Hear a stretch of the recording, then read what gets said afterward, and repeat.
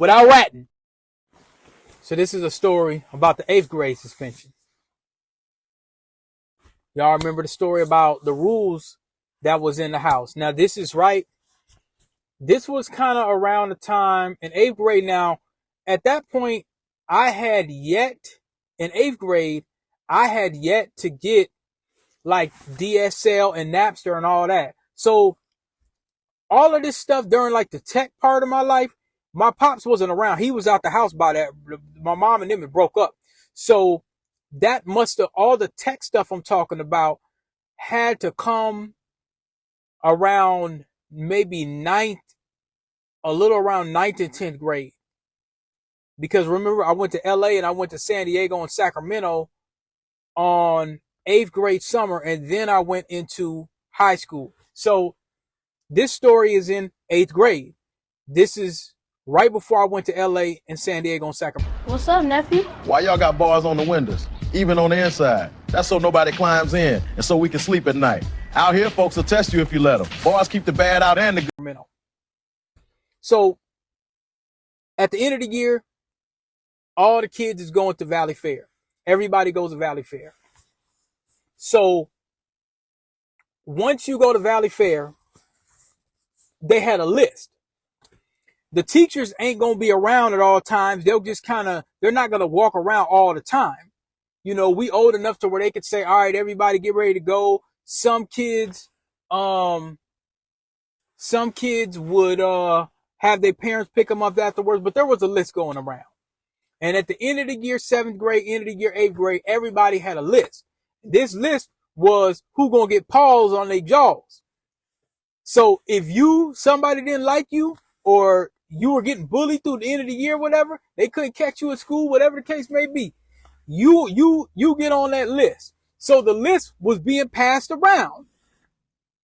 They had my homie Joe on that list. And I told y'all about Joe. Joe was from the Caribbean. So he be bragging about that all the time, but he was raised by a white family.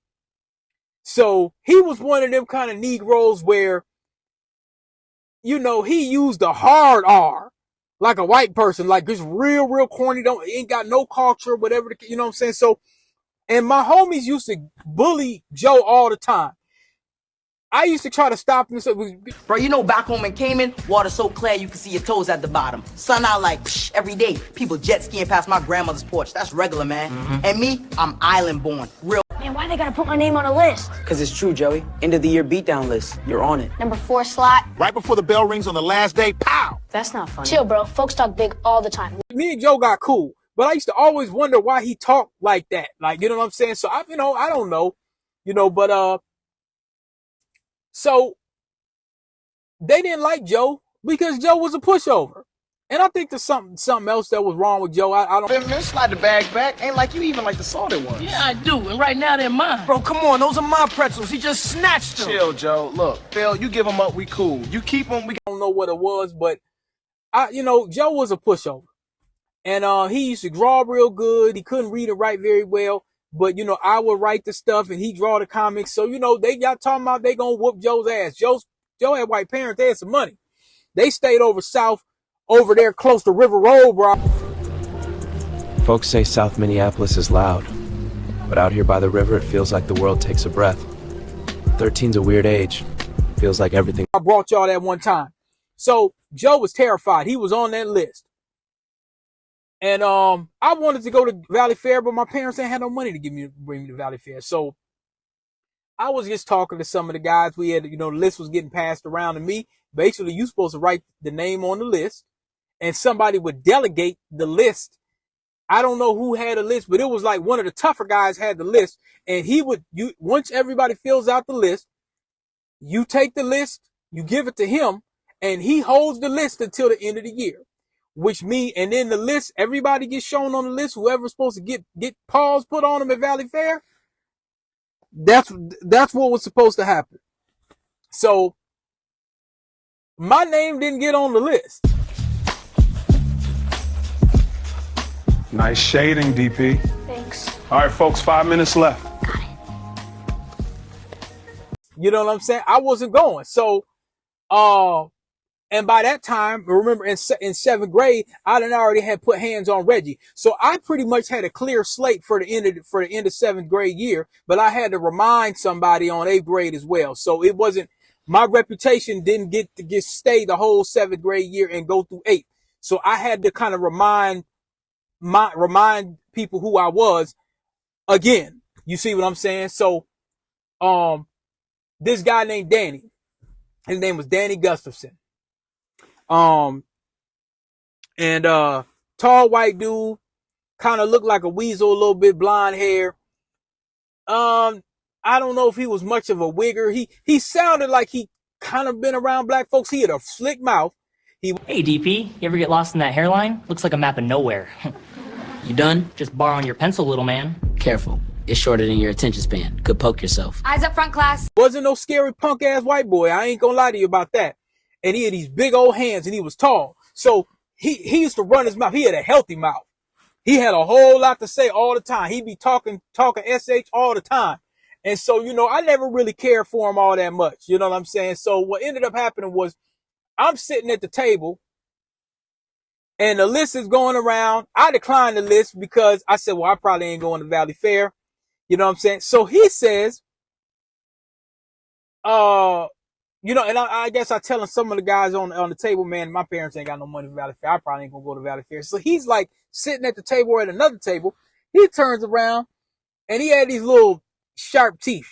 You know, white guys where the teeth be looking sharp when they smile. He looked like, if you ever seen James and the Giant Peach, that centipede? He kind of reminded me. Well, would you look at that sky? It's a proper masterpiece, it is. Do you see something out there? Oh, I see adventure, my friend. Adventure as far as these peepers can spy. Ha! Stick with me, and we'll make legends of ourselves yet. Me of that. He's kind of tall. He was lanky, and these big old hands. You know, he had this little shortcut. You know what I'm saying? And so he says, well, you ain't. He said, man, you ain't about to go to Valley Fair because you a PUSSY. I said, what? You know what I'm saying? I couldn't believe it. And it just came out of the blue. But he said it, he didn't say it like he was joking. He said it like, what's up type stuff. He gets out of the blue. Me and him had a few words before and never really reached anything. But so he says, you a PUS. I said, what? Heard you're not going to Valley Fair Friday. What are you, scared? A little scaredy cat? Or just a straight up pussy? Maybe I just don't feel like riding the bus with you all day, Danny. Weak. Mr. Gustafson, eyes on your own paper. And he said, you heard what I said. I immediately get up and toss my chair. The whole classroom stood up. And they had this one dude, I can't remember his name. I had a few issues with him a couple times, but it didn't reach none. But he was kind of known to be a scrapper a little bit. This dark skinned cat. I can't remember his name. I cannot remember his name for nothing, man. And I'm not sure if this was the same year. We had this one dude, but he wasn't going there. He was this one nigga named Chiron, little skin. I got the list. What list? Top 10 things we gonna do when we get rich. Check it. Number 1, house for moms. Number 2, Nintendo 64 with every cartridge. Number 3, elevator in the crib. I ain't playing. Number 7, roll. Any dark skinned nigga, always talking shit with a lazy eye. He became somebody in the streets. But what I'm saying is, like, I think I don't know if he was in the class, but he was in the school at one point. I think they kicked him out 7th or 8th grade. I don't remember what it was, but he was always doing some shit. So he looked kind of like, I can't remember the dude's name, but he looked kind of like him or whatever like that. And he was a little swole too. So when the class stood up, he said, uh-oh. He said, uh-oh. And so, cause he wanted to see the fight. Danny got up. I got up. I put my chair. All the whole class starts on. And so we put.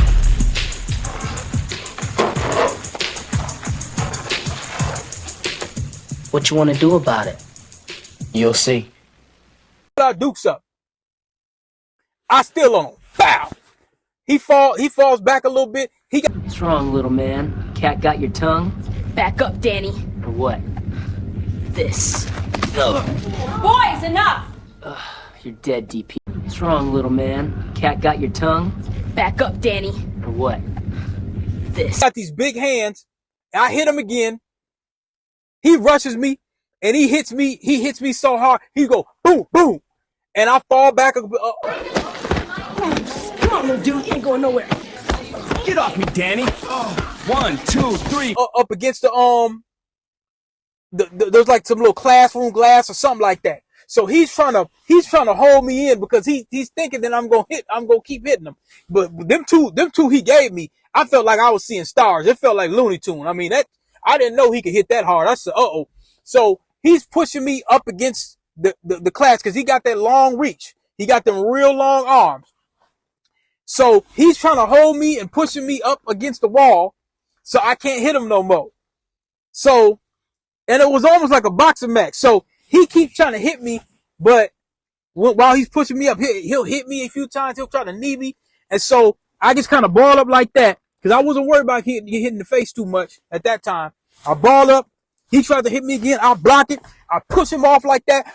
Boom! Hit him right in the stomach. He said, oh! I said, okay. I said, I got you now, Danny. I hit him. Bow, bow, bow, bow, bow. Uppercut. Boom! He falls all the way back. The class is like, oh no! So he knows he can't finish his fight no more. He picks up a chair. The teacher comes in. You guys stop fighting. He retells the teacher, fuck you, B. You know, white dudes be talking crazier than white women. Fuck you, B. He rushes. He starts to swing the chair at me. I try to jump back, but I don't have enough, and the chair like hits my shoulder. And once it hit my shoulder, that's when I really got mad. Man, I snatched that chair. He's holding on to the chair. He's trying to pull back. I just pull the chair all the way back. He comes into me. I clip him again. Boom! That's when he says, oh, no, hurry. So now the teachers all rush in there. They trying to throw. I said, oh, I'm going to get him. I run up and I clothesline punch his ass. Sit him down. Chill. Okay, that's enough. Back it up, all of you. Boom! Hit him across his eye. He's holding his eye. The teachers come in, break it up. The dark-skinned, swole little dude, he jumps up. He said, oh, DP got them hands. He said, I didn't know that boy got them hands like that. He said, oh, man. This gonna go down. I said, you did him worse than Reggie. Because people heard about the fight with Reggie. Man, this was a 2 or 3 day suspension. Now, they didn't suspend Danny, so they sent us down to the principal's office. Now I'm sitting with my opponent. They ain't split us up. I'm sitting with my opponent again. Danny's like this. He go like this. And he said, man, you a little dude. He said, I didn't know you had it like that. He said, I didn't expect. He told me, he said, I didn't think that you was going to stand up because he used to bully some of the other little black kids and some of the smaller kids. And he used to bully them, but he didn't think I was going, so he gave me a pound. So we sitting there talking, we running it. Man, me and Danny were cool. I still didn't like him that much, but we were cool after that. We were super cool after that. We used to be, he said, yeah, I know you. He said, you ain't going to be on that list. He said, I wouldn't want your name on it. He said, if you put me on that list, cause you could put anybody you want to fight on that list. And when y'all go to Valley Fair, y'all catch a bathroom or whatever like that, or, that was the thing. You would go to Valley Fair and you would get it on somewhere where the teacher didn't know, and it's the end of the school year. It's like one of the last few days. So you get ready to go to high school. They can't really do anything. So if you're in 8th grade, but, yeah, me and Danny, we was running it. We just running it and stuff, but that was the last year. I don't think I seen him again. And, I just heard from one of my homies not too long ago. He said that Danny had passed or whatever, saying, so rest in peace to Danny. Rest in peace to Danny, man. I'm telling you, he had them long arms. He talked real crazy and he got this little smile. Whenever he talked, he had little sharp teeth, like a little grim. He got this little smile when he be talking. It's like a little smile and a grimace. It's a smile and a little sinister. He got that little, you've seen that movie Black Cauldron. He just looked real sinister. So the other kids, they ain't really he was taller than most of the other kids. So that's how I got suspended in 8th grade. But those were like those are pivotal moments. And see that was right before, I started cause around 9th grade, 10th grade, I was starting to, 9th grade, I went in and I took the computer class. And ninth grade was a little rough because I was still in that mindset that I couldn't get suspended from school. So a bunch of folks that I should have put paws on, they pretty much got a free ride. But 10th grade, yeah, that was over with. Yeah, it was over with 10th grade. 10th grade, I was hitting my stride 10th grade. But, yeah, I started to get into the tech stuff heavy around that 19th. I think it was around 10th. It might have been, matter of fact, I think Napster came out in 97. So maybe 97, 98. I bought, let me see here. I was working at Cub Foods when I bought all my computer and the burner to get to be, so it had to been 98, 99, so something around about that time, man. And I tell you, I'm telling you, that's what we used to do. It's coming up. We ride bikes. We would scrap. You know what I'm saying? We would hustle. We would be doing these things, and then in our getting into our 20s and stuff like that. Every now and then you might have a little shit, man, but it was, at that point, it was full gunplay from that time. You could still catch a one-on-one with somebody or something like that, something go down in the club. So you'd have those moments. But at that point, Minneapolis was fully entrapped in gunplay. If a dude felt like you could beat him up, he'll just let you know flat out, man, I don't do that. I don't catch one-on-ones and fades and all that, man. I do strict gunplay. You know what I'm saying? So, and I wasn't really into that. My whole mentality was, if something goes left, I can solve it with my hands.